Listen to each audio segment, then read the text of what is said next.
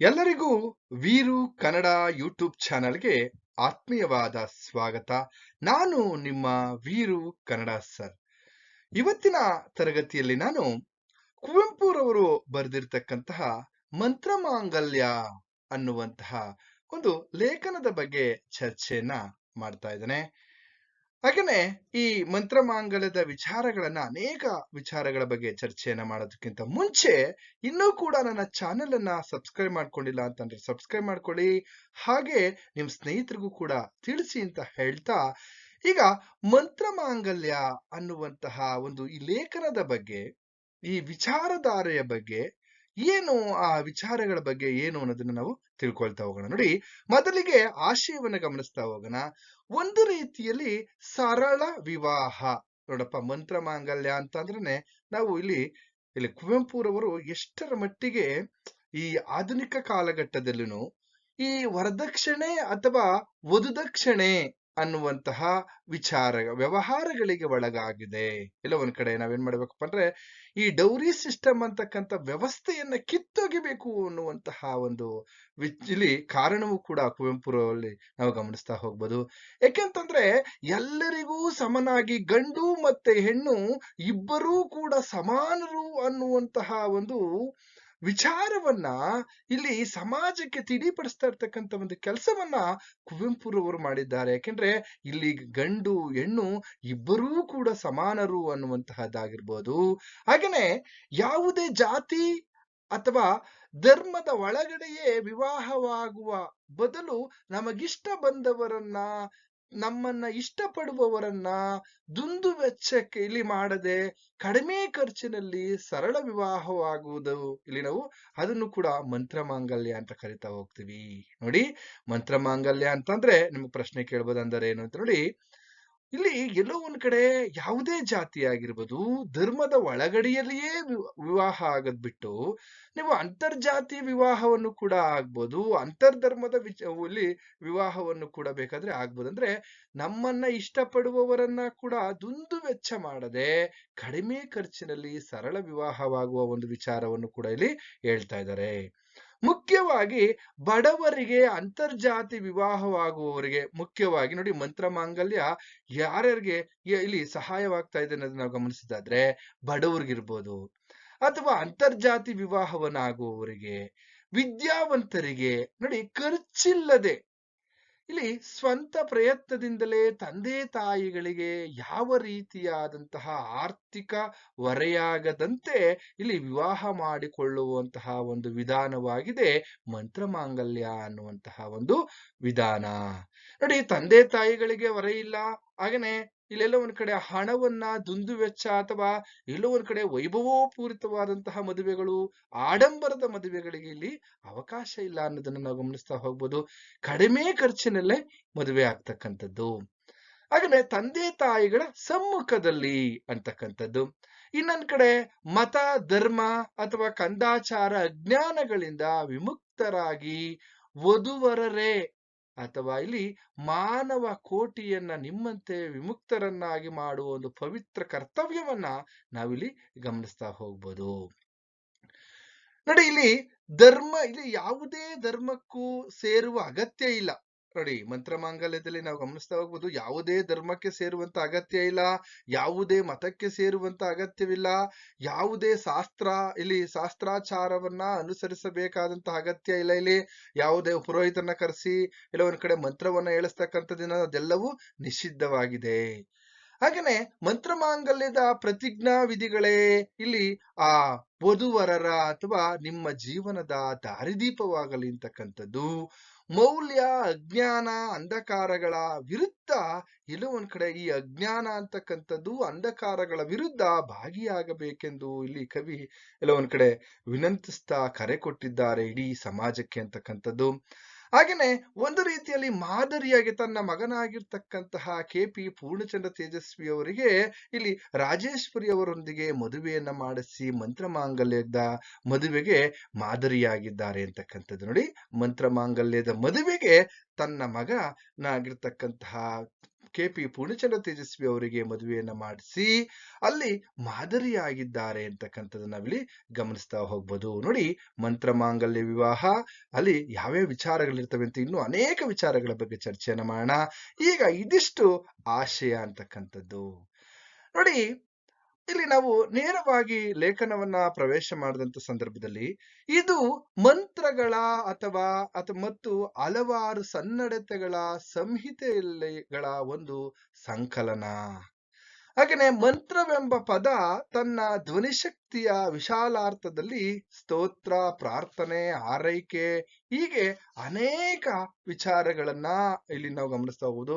ಮೊದಲಾದಂತಹ ಮಾನವೀಯ ಆಶಯಗಳನ್ನೆಲ್ಲ ಒಳಗೊಂಡಿರುತ್ತೆ ಅಂತಕ್ಕಂಥದ್ದು.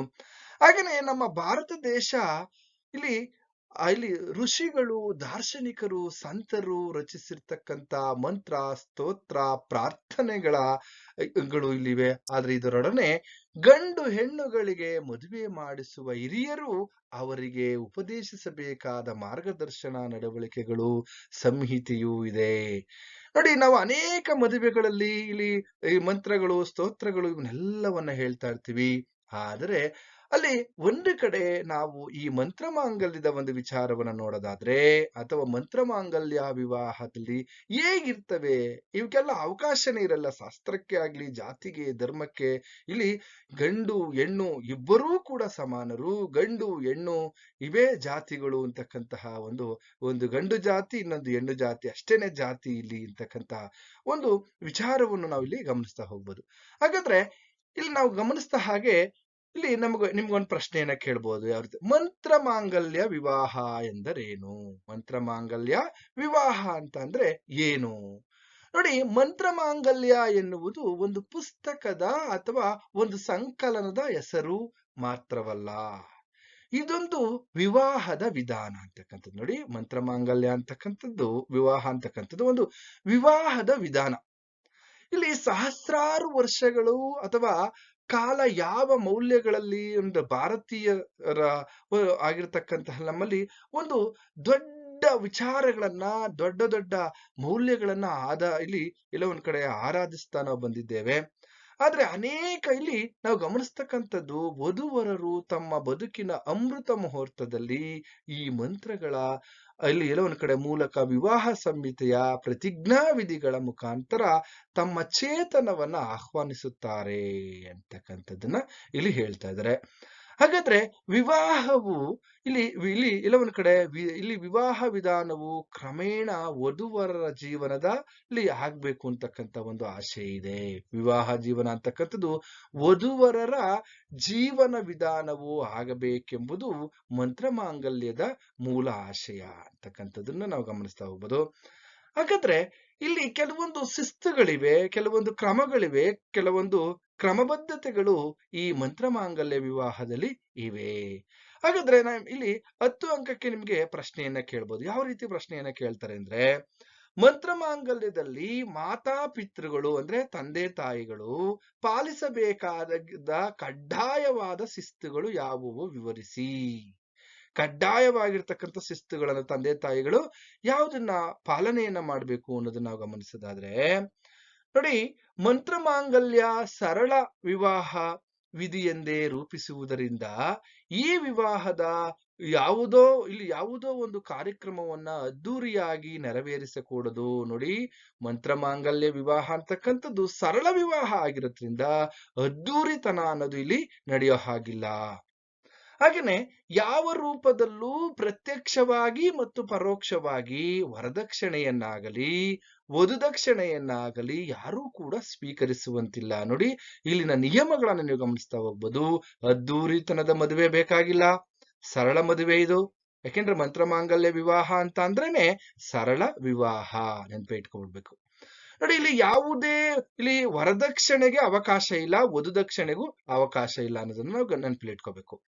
ಹಾಗೇನೆ ವಧುವರರ ಆತ್ಮಗೌರವವಿಲ್ಲದ ಮೃಗಿಗಳಾಗಿ ಪರಿಗಣಿಸುವಂತಹ ಇಲ್ಲಿ ದಳ್ಳಾಳಿಗಳ ವ್ಯವಹಾರ ಅಥವಾ ಮಂತ್ರ ಮಾಂಗಲ್ಯದಲ್ಲಿ ಸಂಪೂರ್ಣ ನಿಷೇಧ. ಇಲ್ಲಿ ಮದುವೆ ಬ್ರೋಕರ್ ಇವರು ಅಥವಾ ಮ್ಯಾರೇಜ್ ಬ್ರೋಕರ್ ಅಂತ ಏನಿರ್ತಾರೆ, ಇವ್ರು ಯಾರ್ದು ಕೂಡ ಇಲ್ಲಿ ಹಸ್ತಕ್ಷೇಪ ಇರೋದಿಲ್ಲ. ಹುಡುಗ ಹುಡುಗಿ ತಮ್ಮ ಮನಸ್ಸು ಇಚ್ಛೆ, ಇಲ್ಲಿ ಮನಸ್ಸುಗಳ ಒಂದು ಮಿಲನವಾಗಿರ್ಬೇಕು, ಎಲ್ಲ ಒಂದ್ ಕಡೆ ಒಬ್ರಿಗೊಬ್ರು ಒಪ್ಕೊಂಡಿರ್ಬೇಕು ಅಂತಕ್ಕಂಥದ್ದು ನಾವು ಗಮನಿಸ್ತಾ ಹೋಗ್ಬೋದು. ಹಾಗೆ ಇಲ್ಲಿ ಹೆಣ್ಣು ಭ್ರೂಣ ಹತ್ಯೆಯಿಂದ ಹಿಡಿದು ಮದುವೆ ಮಾಡಿಕೊಂಡು ಹೆಣ್ಣು ಮಕ್ಕಳನ್ನ ಬೆಂಕಿ ಹಚ್ಚಿ ಸುಡುವ ಪರಮಪಾತಕಿಗಳವರೆಗೂ ಕಾರಣವಾಗಿರುವಂತಹ ಈ ದುಡ್ಡಿನ ದಳ್ಳಾಳಿಗಳಿಗೆ ಇಲ್ಲಿ ಅವಕಾಶ ಇಲ್ಲ ಅಂತಕ್ಕಂಥದ್ದನ್ನ ಹೇಳ್ತಾ ಇದ್ದಾರೆ. ಹಾಗಾದ್ರೆ ಮಂತ್ರಮಾಂಗಲ್ಯ ವಿವಾಹವು ಗುರು ಹಿರಿಯರ ಮತ್ತು ಬಂಧು ಬಾಂಧವರ ಸಮ್ಮುಖದಲ್ಲಿ ನಡೆಯುವ ಒಂದು ಪವಿತ್ರ ವಿಧಿಯಾದುದರಿಂದ ಎರಡೂ ಕಡೆಯವರು ಸುಮಾರು ಒಟ್ಟು ಇಲ್ಲಿ 200 ಜನರು ಮೀರದಂತೆ, ಅಲ್ಲಿ 200 ಜನರಲ್ಲಿ ಆ ಒಂದು ಮಂತ್ರಮಾಂಗಲ್ಯ ವಿವಾಹ ಅನ್ನೋದಕ್ಕೆ ಇಲ್ಲಿ ವಧು ವರರು ಎರಡು ಕಡೆಯವರು ಇಲ್ಲಿ 200 ಜನರು ಇಲ್ಲಿ ಎಲ್ಲ ಒಂದ್ ಕಡೆ ಮೀರದಂತೆ ಸುಮಾರು 200 ಜನ ಆಗಮಿಸಿರ್ಬೇಕು ಅಂತಕ್ಕಂಥದ್ದು. ಆಮೇಲೆ ಎಲ್ಲರಿಗೂ ನಾವು ಆಹ್ವಾನವನ್ನ ಕೊಡ್ತೀವಿ. ಅದ್ರಲ್ಲಿ ಒಳ್ಳೆ ನಮಗೆ ಶುಭ ಹಾರೈಸ್ತಕ್ಕಂತಹ ಕಡಿಮೆ ಒಂದ್ 200 ಜನ ಬಂದ್ರು ಸಾಕು ಅಂತಕ್ಕಂಥದ್ದು. ಅವ್ರ ಕಡೆ 100 ಜನ, ಹುಡುಗಿ ಕಡೆ 100 ಜನ, ಹುಡುಗನ ಕಡೆ 100 ಜನ ಬಂದು ಆಶೀರ್ವಾದವನ್ನ ಮಾಡಿದ್ರೆ ಸಾಕು ಅಂತಕ್ಕಂಥದ್ದು. ಹಾಗೇನೆ ಮಂತ್ರಮಾಂಗಲ್ಯದ ಮದುವೆಯಲ್ಲಿ ಉಡುಗೊರೆಗಳು ನಿಷಿದ್ಧ. ಗಿಫ್ಟ್ ಕೊಡ್ತಕ್ಕಂಥದ್ದು ಸುಮ್ನೆ ಬಹಿರಂಗವಾಗಿ ತೋರಿಕೆಯ ಆಡಂಬರದ ಇಲ್ಲಿ ಇಲ್ಲಿ ಎಲ್ಲ ಒಂದ್ ಕಡೆ ಉಡುಗೊರೆಗಳನ್ನ ಕೊಡ್ತಕ್ಕಂಥದ್ದು ಇವೆಲ್ಲವೂ ಕೂಡ ಇಲ್ಲಿ ನಿಷಿದ್ಧವಾಗಿದೆ. ಇನ್ನೊಂದ್ ಕಡೆ ನಾವು ಗಮನಿಸೋದಾದ್ರೆ ಇಲ್ಲಿ ಯಾವುದೇ ವಾದ್ಯ, ಓಲಗ, ತಮಟೆ, ಧ್ವನಿವರ್ಧಕ ಮುಂತಾದವುಗಳ ಪ್ರಚಾರ ಸಾಮಗ್ರಿಗಳನ್ನ ಬಳಸಬಾರ್ದು.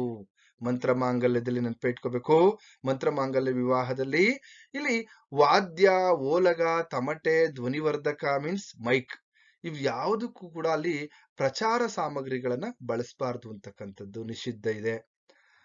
ಹಾಗಾದ್ರೆ ಇಲ್ಲಿ ನಾವು ಇನ್ನೊಂದು ವಿಚಾರ, ಮಂತ್ರಮಾಂಗಲ್ಯ ವಿವಾಹಕ್ಕೆ ರಾಹುಕಾಲ ಆಗಿರ್ಬೋದು, ಗುಳಿಕ ಕಾಲ ಆಗಿರ್ಬೋದು, ಯಮಗಂಟ ಕಾಲ ಇದ್ಯಾವುದು ಈ ಮೂಢನಂಬಿಕೆಯನ್ನ ಇಲ್ಲಿ ಯಾವುದೇ ರೀತಿಯಾಗಿ ತೋರ್ಪಡಿಸೋ ಆಗಿಲ್ಲ ಅಂತಕ್ಕಂಥದ್ದು. ಮೂಢನಂಬಿಕೆ ವಿರುದ್ಧವಾಗಿರ್ತಕ್ಕಂದ್ರೆ ಮೂಢನಂಬಿಕೆ ಅಂತಕ್ಕಂಥದ್ದನ್ನ ಇಲ್ಲಿ ಹೋಗಲಾಡಿಸುವಂತಹ ಒಂದು ಕೆಲಸ ನಾವು ಮಂತ್ರಮಾಂಗಲ್ಯ ವಿವಾಹದಲ್ಲಿ ಮಾಡ್ತಾ ಇದೀವಿ. ಇಲ್ಲಿ ಎಲ್ಲವೂ ಕೂಡ ಇಲ್ಲಿ ಸುಮೂರ್ತ ಅಂತಕ್ಕಂಥದ್ದನ್ನ ಕವಿ ಇಲ್ಲಿ ಹೇಳ್ತಾ ಇದೆ. ಯಾಕೆಂದ್ರೆ ಇಡೀ ಮನುಷ್ಯನ ಜೀವಿತ ಕಾಲವೇ ಬದುಕಿನ ಸಾರ್ಥಕ್ಯಕ್ಕಾಗಿ ಒದಗಿರುವ ಸುಮೂರ್ತವೆಂದು ಪರಿಗಣಿಸಬೇಕು ಅಂತಕ್ಕಂಥದ್ದನ್ನ ಇಲ್ಲಿ ಹೇಳ್ತಾ ಇದ್ದಾರೆ.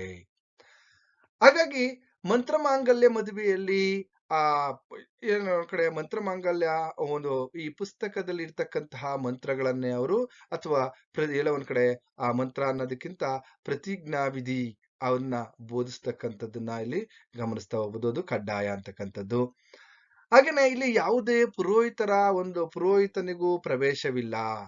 ನೋಡಿ ಇಲ್ಲಿ ಒಂದ್ ಕಡೆ ಇಲ್ಲಿ ಇನ್ನೊಂದು ಗಮನಿಸ್ತಾ ಹೋಗ್ಬೋದು, ಶಾಸ್ತ್ರಾಚಾರಗಳನ್ನಾಗಲಿ ಜ್ಯೋತಿಷಾದಿಗಳಿಂದ ಜಾತಕಗಳನ್ನ ನೋಡಿಸುವುದಾಗಲಿ ನಿಷಿದ್ಧ.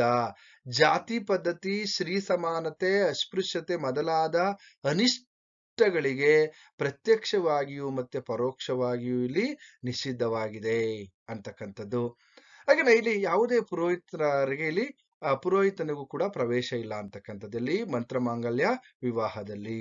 ಹಾಗೇನೆ ತಂದೆ ತಾಯಿಗಳು, ಗುರು ಹಿರಿಯರು ಇಲ್ಲಿ ಬಂದು ಅವ್ರಿಗೆ ಎಲ್ಲ ಒಂದ್ ಕಡೆ ಪ್ರತಿಜ್ಞಾ ವಿಧಿಯನ್ನ ಬೋಧಿಸ್ತಾ ಅವರು ಆಶೀರ್ವಾದವನ್ನ ಮಾಡ್ಬೋದು ಅಂತಕ್ಕಂಥದ್ದನ್ನ ನಾವಿಲ್ಲಿ ಗಮನಿಸ್ತಾ ಹೋಗ್ಬೋದು, ಬೋಧಿಸ್ಬೋದು ಅಂತ. ಇದಿಷ್ಟು ನಾವು ಮಂತ್ರಮಾಂಗಲ್ಯ ವಿವಾಹದ ನಿಯಮಗಳ ಬಗ್ಗೆ ಮಾತಾಡಿದ್ವಿ, ಶಿಸ್ತುಗಳ ಬಗ್ಗೆ ಮಾತಾಡಿದ್ವಿ, ಮಂತ್ರಮಾಂಗಲ್ಯ ಅಂತಂದ್ರೆ ಏನು ಅನ್ನೋದ್ರ ಬಗ್ಗೆ ವಿಚಾರಗಳನ್ನ ಮಾತಾಡಿದ್ವಿ, ಆಶಯವನ್ನು ಕೂಡ ನಾವು ತಿಳ್ಕೊಂಡಿದ್ವಿ. ಆದ್ರೆ ಮುಂದಿನ ತರಗತಿಯಲ್ಲಿ ನಾವು ಮಂತ್ರಮಾಂಗಲ್ಯ ವಿವಾಹಕ್ಕೆ ಬೇಕಾಗಿರ್ತಕ್ಕಂತಹ ಮಾರ್ಪಾಡುಗಳನ್ನ ನಾವು ಅದ್ರ ಬಗ್ಗೆ ಚರ್ಚೆಯನ್ನ ಮಾಡೋಣ. ಇಲ್ಲಿಗೆ ಮಂತ್ರಮಾಂಗಲ್ಯ ವಿವಾಹದ ಭಾಗ 1ರ ಬಗ್ಗೆ ಚರ್ಚೆಯನ್ನ ಮಾಡಿದ್ದೀನಿ. ನಿಮ್ಗೆಲ್ರಿಗೂ ಕೂಡ ಅರ್ಥ ಆಗಿದೆ ಅಂತ ಭಾವಿಸ್ತಾ ಇಲ್ಲಿಗೆ ಈ ತರಗತಿಯನ್ನ ಮುಗಿಸ್ತಾ ಇದ್ದೀನಿ. ಮತ್ತೊಂದು ತರಗತಿಯಲ್ಲಿ ಮತ್ತೊಮ್ಮೆ ಸಿಗೋಣ ಅಂತ ಹೇಳ್ತಾ ನಿಮ್ಗೆಲ್ರಿಗೂ ಕೂಡ ಶುಭವಾಗ್ಲಿ.